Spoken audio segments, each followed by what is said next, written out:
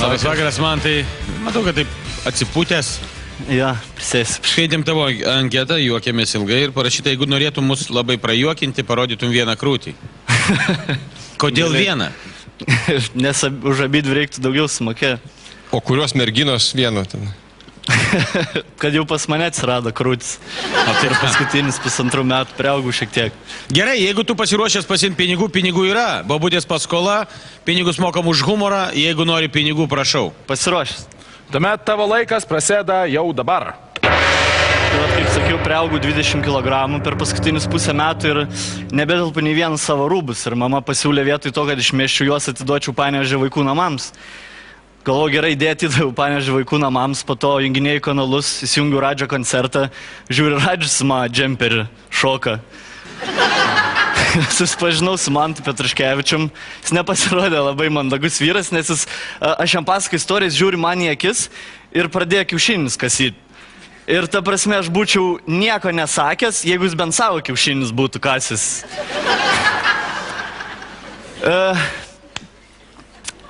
Atėjau pas gydytoją ir gydytojas man sako, tau reiks nustoti masturbuoti. Sakau, kodėl?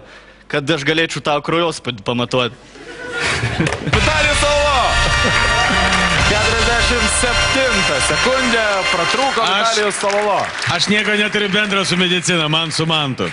Vis dar prie Manto aš buvau likęs. Tiesiog aš dabar kažkaip vengsiu mūsų bendravimo. Stovėk nuo jo pagarbių metro atstumu ir man atrodo, tu būsi saugus. O, žinai, meilės rankos ilgos. Ten visai ne rankos. Taip, bet rankos ilgos, bet paskui labai sunku spaudimą matuoti. Na kągi, kol kas Mantas uždirbo 100 litų. Ir aš kartą noriu jo paklausti, Mantai, ar tu keliauji namo su 100 litų, ar dar norėtum pabandyti užsidirbti 200? Važiuojam toliau. Gerai, tuomet Mantas Katleris į 2 minutę ir aš skelbiu, kad jo laikas prasideda jau dabar. Aš pats esu iš Panevėžio ir ten visi žmonės tau siūlo problemas. Ir tiesiog, vieną savaitę prie manęs prie gatvės, sako, klausyk, tu čia kažkokių problemų nori, ne, čia kažko ieškai, ne, aš tu greit galiu problemų padaryti. Aš sakau, ne, nepykit, aš tik autobusą laukiu, nepykit, močiutė. Panevėžio. 19 sekundė, Vitalijus Sololo. Vitalijau, tu kada esi buvęs Panevėžy? Bet man įdomu, žinai, kodėl kai kurie žmonės pamato kitą ir įsivaizduoja, kad jis būtinai ieško problemų. Gyventi Lietuvoje yra automatiškai ieškoti problemų. Nu, pagalvok, 200 litų, aš manau, gali grįžti normaliai. Ne. Bet stoti vis tiek sutiks močiutė ir skys, su pinigais grįžai, ieškai problemų. 200 turi? Aš be 500 negaliu rodytis Panevėžy, taip kad... O, tai o kodėl čia taip? Berniukams kad bent jau skolingas. kai pasims kažkiek, kad man bent liktų ant biletėlio autobusą. Tai pas jūs labai gumaniška liaudį, klausyk, ne viską atima? Jo, jeigu atima batus, tai bent jau palieka tapkės, kad galėtum namo grįžti. Nors tu jau sakei, bet aš vis tiek dar privalau paklausti, ar tu nori rizikuoti savo 200 litų ir bandyti išlošti 300 per 3 minutę, ar visgi tau užteks ir tu keliauji namo su 200. Ne, važiuojam toliau. Mantas Katleris renkasi 3 minutę, kuri prasideda jau dabar. Mano mergina visą gyvenimą kompleksavo dėl savo krūtų. Nuo pat gimimo jau jautė kompleksą ir sustaupė pagaliau operaciją ir pasidarė krūtų mažinimo operaciją. Ir dabar ji turi tik tai 2 krūtis. Grįžtant prie Panevėžio, Panevėžio policija pardavė visus automobilius ir prisipirko daug dviračių. Dėl biudžeto apkarpimo ar kažko. Bet iš tikrųjų tas yra labai gerai, nes, žinot, kai panevėžiečiai mėgsta šakotis prieš policiją ir jie ten vaidina realius, ten, kai juos ten gaudo, po to pasodina galinį mašiną sėdiniai, tai įsivaizduokit, kaip niekas nenori šakotis prieš dviračių policiją, nes niekas nenori važiuoti nuovadant štangos arba galinę bagažniką ir prieš draugus atrodyti šitaip kaip nors. Prie manęs Panevėžy priejo bomžas ir sako, man trūksta 50 centų, gal gali duoti. Sakau, iki ko tau gali trūkti? Jis išsišėpė ir aš žiūriu, jis turi vieną dantį. Ir aš pagalvojau, pirmą kartą gyvenime pasakysiu sakinį, išsivalyk dantį. Jis man sako, nu, tu tokia negeri. Vitalijau, beje, aš nespėjau paspaust, bet tu nusišypsojai 59 sekundę. Arūnai, o pats Panevėžį senokai lankais, kad... Kai tokios babutės, aš gal geriau Vilniui pabūsiu. Tai welcome to Nemenčinė. Dziękujemy. Nu, bet kodėl? Man atrodo, kad tu visai turi stogą Panevėžį, nesgi pažįsti Radžį. Gal paklausom 4 minutę, bus gal apie šiauliečius. O gal geriau pasiimam 300 litų ir būnam prakutęs Panevėžėtis Vilniuje? Ne, dar pabandysiu 1 minutę. Pažiūrėsim. Man tai tiesiog pasakysiu, kad tu galbūt norėtum tos 4 minutės, bet tiesiog kaip Panevėžys sako, tu gal bišk bū paprastesnis. Gerai. Ne, aš vis tiek nusteikęs. Ar vis gėmi 4 minutę? Jo, aš nusteikęs dar 1 minutę. Tvarkoji, anuliuoju laiką ir tai reiškia, kad 60 sekundžių prasideda jau dabar. Įsijungiu televizorių, ten nurodė keisčiausią turbūt visų laikų laidą Bėdų turgų.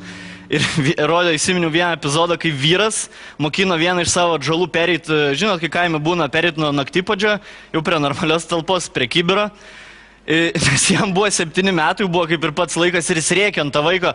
Kas tau yra, aš nesuprantu, va, kibiras, matai, va, atsistoju ir myžį į kibirą, nelenki kojų ir myžį į kibirą. Tai jūs neįsivaizduojat, kaip man gaila pasidarė jo tos dukros. Aš gyvenu pats Vilniui. Ir šiaip niekad nesikvėpinkite, jeigu gyvenat Vilniui ir važinėjat viešuoju transportu, nes vis tiek pavažiavę 10 minučių jūs išlipsit ir kvėpėsit kaip mižalai, kombikormas, šlapenka ir Lenkija. Jeigu norit pasimylėt su stora mergina šuniuko poza, nereikia į ten pirkti gėlių, tiesiog padėkit hamburgerį ant žemės ir turit gerų 20 minučių.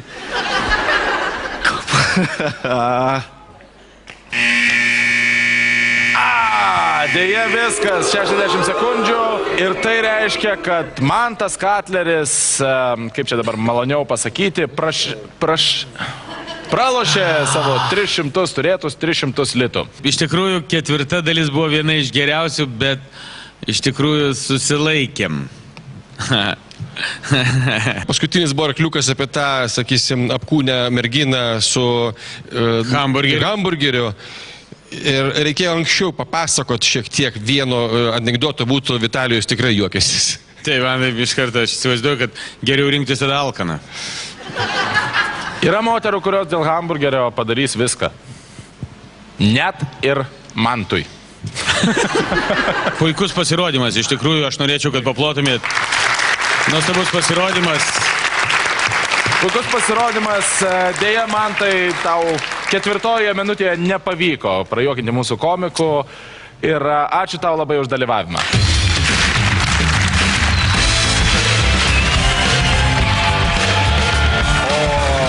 Galbūt Vitalijus galėtų teikti savo privačias humoro pamokas mūsų dalyviams prieš laidą. Ne, tai yra VIP vakarėliai uždari, kur juokiasi tik tai per juos, po jų verkia. Supratau. Ir su daug nagų merginų. Ir daug maisto. Ir daug tūgi hamburgerių. Ai. Nu, kadangi pats dalyvavai, aš nesiginčysiu. Kaip ir pasakiau savo geriausias bairis, nežinau, kas dar liko. Galbūt, atrodo, man kaip tik atrodo paskutinė minutė buvo geriausia negu pirmas 3, bet kažko pritrūko turbūt. Liūdna šiek tiek taip, nes aš buvau užsibrėžęs tikslą nueiti 4 raundą ir trūko 3 sekundžių, kad grįžčiau su 500 litų, bet ką padarys. Kiek pinigų iš Vitalijaus Solovos seifo šį vakar praloš Arūnas Valinskas, pamatysite jau visai netrukus, iš karto po reklamos. Niekur nepabėgite, nes mes to jau grįšime ir daug